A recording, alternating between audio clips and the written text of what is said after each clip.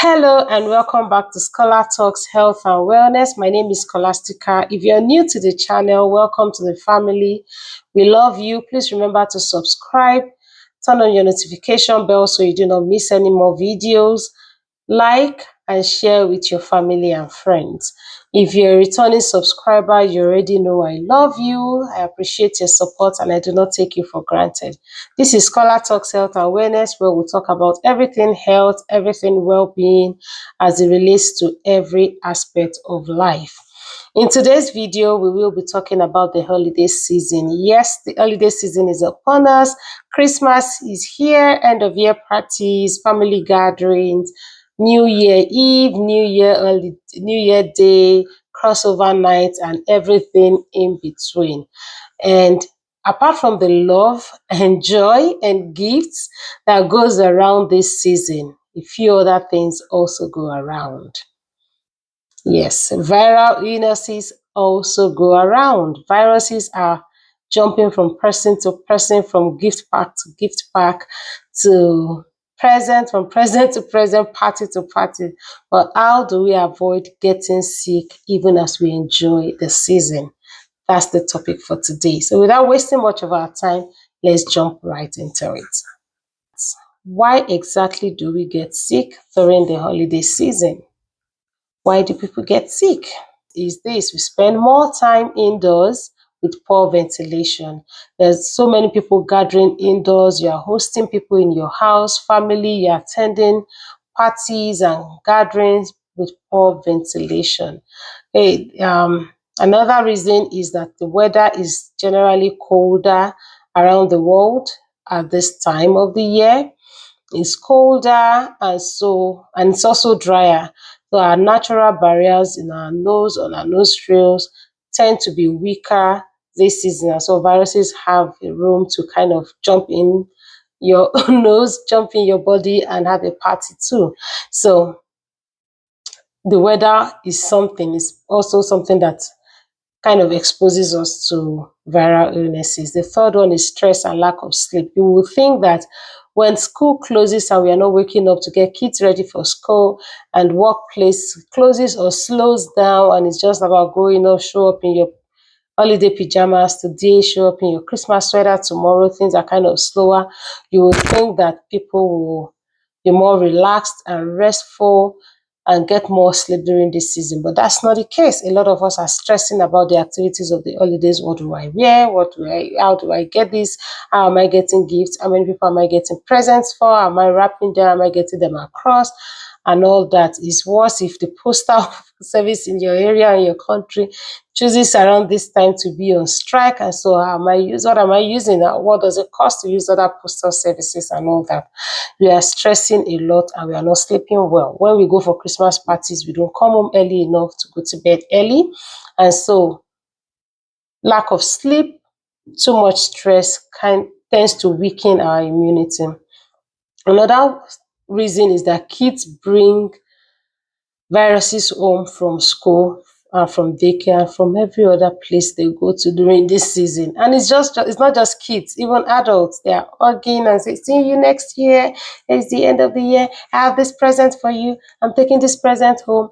We exchange things, a lot of physical contacts, a lot of contact with things around us. The doors are revolving, going and coming, and people are touching things and touching their faces, and they take them home. Okay.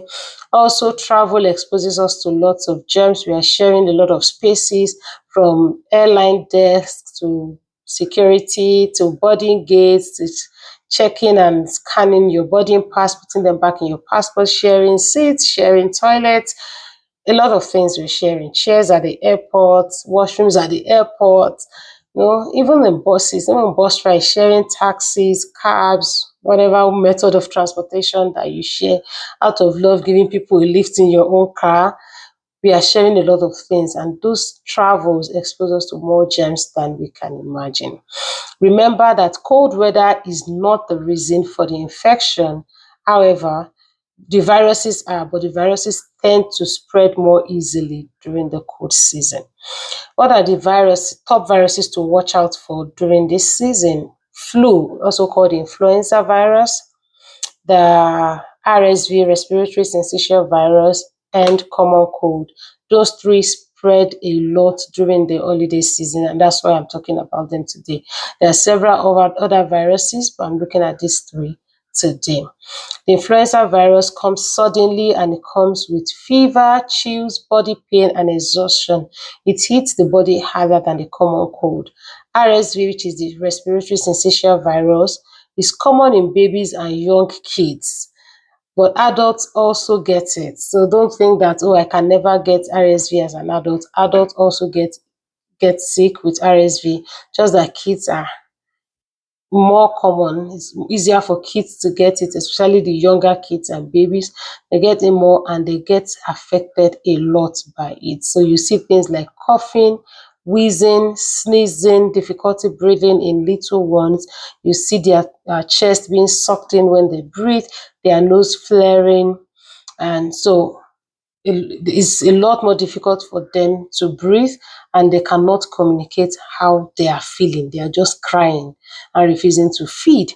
And so RSV is serious, it's dangerous, and so we need to protect our kids from getting RSV during this season. The third one is common cold, which is a lot more mild but very contagious, and it comes with runny nose, sneezing, sore throat. Is milder but very, very, very contagious. The good news about all of this, I promise I'm not bearing only bad news. The good news about all of this is that these illnesses all have the same preventative measures. To prevent them, you need to do the same thing. So you're not doing something different to prevent RSV and another thing to prevent common cold. It's just the same habits and you'll be able to prevent all three. What are these practical habits, practical ways to avoid getting sick with these illnesses? The number one is prioritizing hand hygiene. Wash your hands.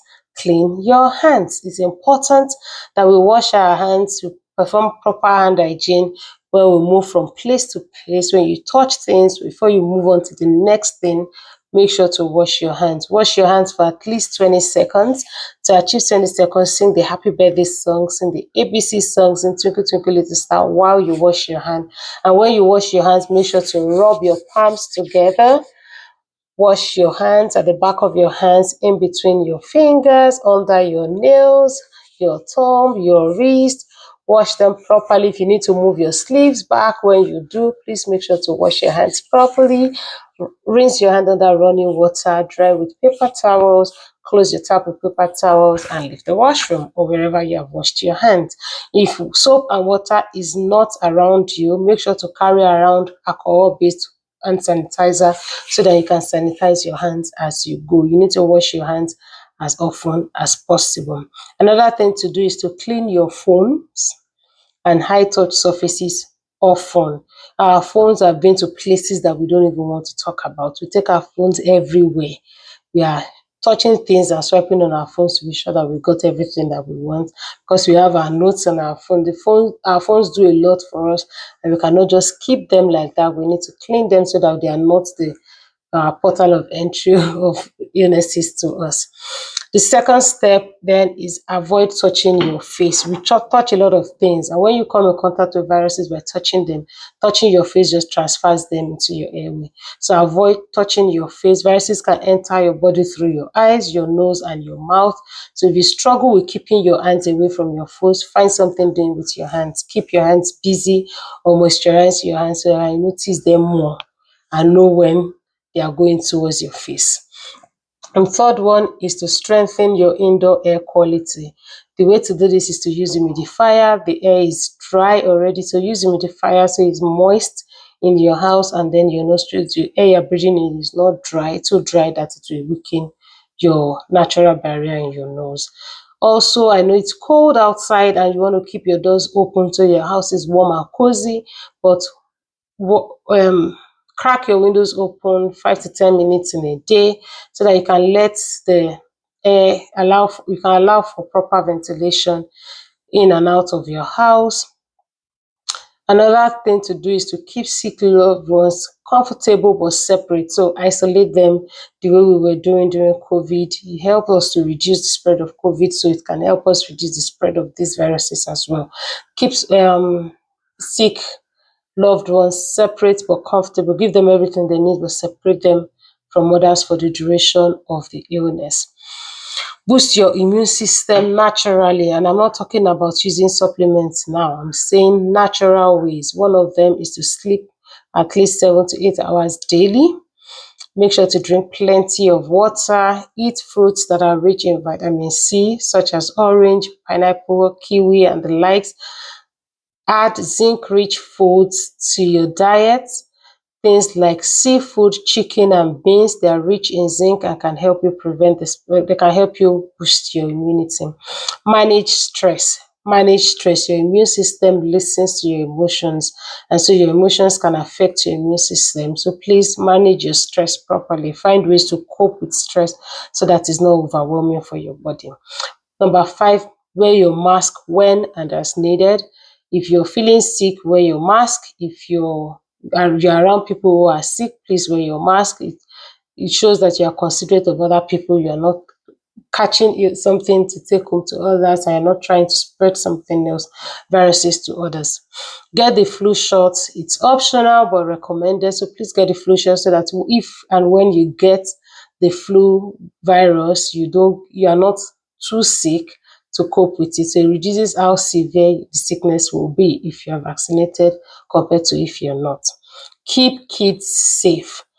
Encourage kids to wash their hands as often. Help them wash their hands as often as they can.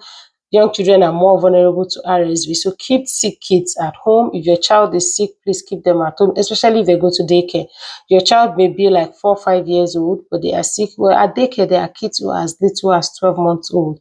So please keep your sick kids at home, wash their hands often, and clean their toys regularly. Okay.